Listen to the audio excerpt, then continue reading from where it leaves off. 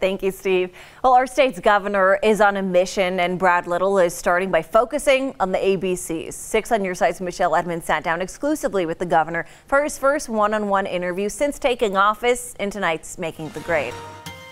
Governor Little wants education to be the top priority for every citizen. Ask him why, and his answer is simple. He says it's the right thing to do. Hi, you guys. Say hello. It's not every day the governor visits your school, but just weeks into office, Brad Little wanted to see for himself how he could help Idaho's youngest students succeed. Chicken Little. During my exclusive interview, Idaho's new leader didn't hesitate about his #1 goal. What would you like to really check off after 4 years? I want our reading scores to go up. I want parents to know that if they enroll their kids, that we'll have them reading proficiently at the end of the 3rd grade. Right now, only 52% of the state's kindergarten through 3rd graders are reading at grade level. The governor says it's not only his constitutional, but moral obligation to change that statistic. Right now, where the state is, it's our biggest limiting factor.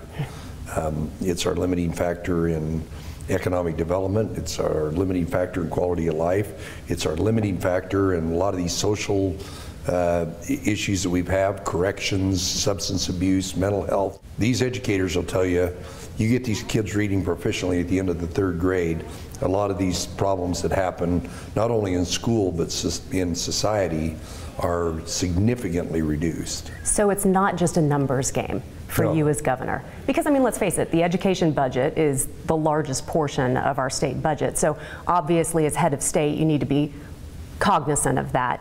But I don't get that from you. I get that there's a deeper passion beyond dollars and cents. Condoleezza Rice, I was at an event and she was there, and she says it's a civil rights issue of our generation. Giving people an education, no matter where you are, economically, racially, geographically, whatever it is, a good education is a civil rights issue. Little is pushing the legislature to double the funding for reading programs. If passed, the literacy initiative would pump $26 million into school districts, giving local administrators control over how the dollars are spent. There you go.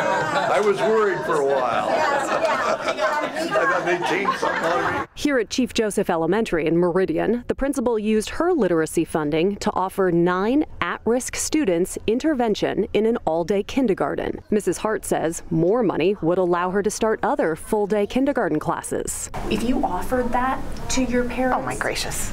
You bet.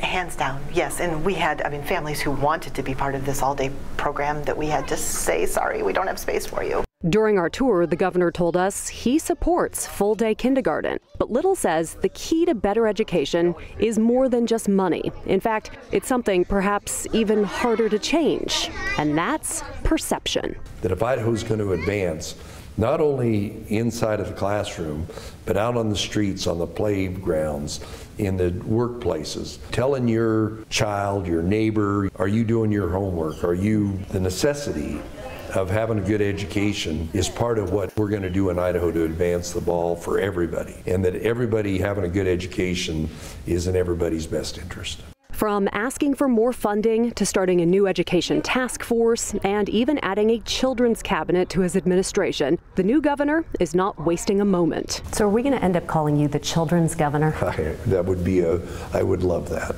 And after a morning visiting classrooms, there's no doubt Governor Little is passionate about supporting the next generation of Idahoans. Oh, fabulous. Good job, you guys. Hey, keep it up. Thank you. Keep reading. Keep reading. This past week, legislative budget writers unanimously passed Little's literacy initiative. The increase in funding now moves on to the full House and Senate. We'll be sure to keep you posted. In studio, Michelle Edmonds, 6 on Your Side.